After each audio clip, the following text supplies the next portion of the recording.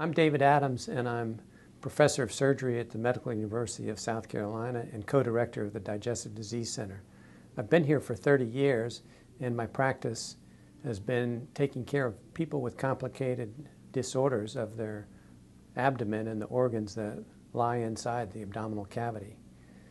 One of the organs that can be really a pain, just a terrible cause of suffering, is the stomach. And what I'm talking about today are patients who have stomachs that stop working for a variety of reasons.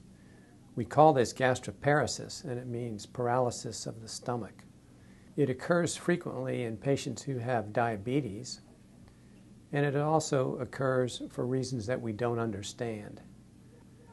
Sometimes we think there may be some viral illness that causes the dysfunction, but it shows up in a large number of women in the middle years of their life.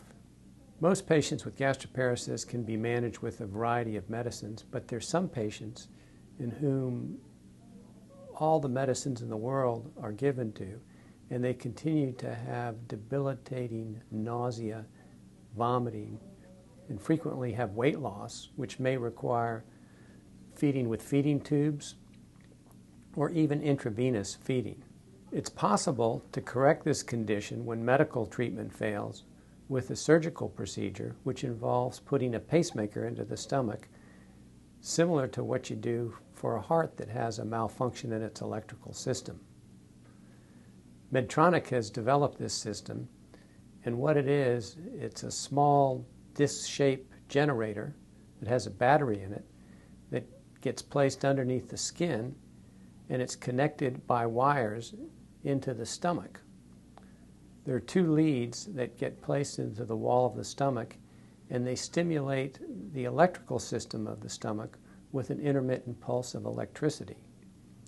In many patients, this is miraculous. They may wake up from surgery and nausea, which has been present for years, is suddenly gone. They are able to eat. They are able to get off of feeding tubes, intravenous feeding. It can really be life-changing for many patients.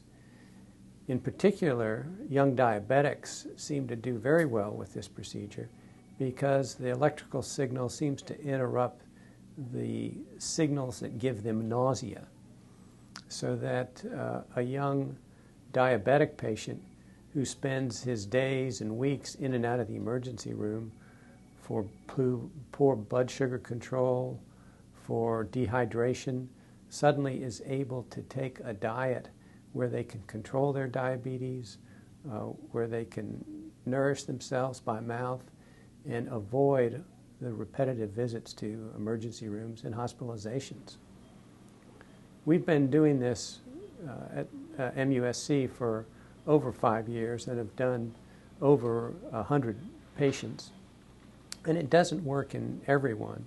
Some patients it's effective immediately. Others it may take 2 to 3 months for the electrical architecture of the stomach to remodel so that they benefit from it. The pacers are run by a small battery, and for patients who have the pacers effective at a low setting, the battery may last for 6 to 8 years.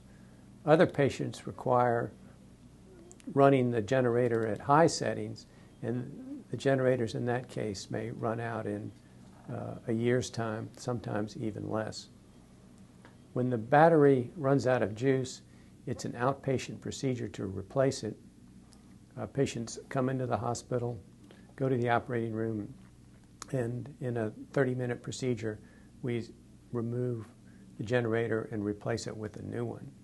I think the placement of a gastric stimulator can be a life-saving procedure for many patients who have not benefited from traditional medical therapy.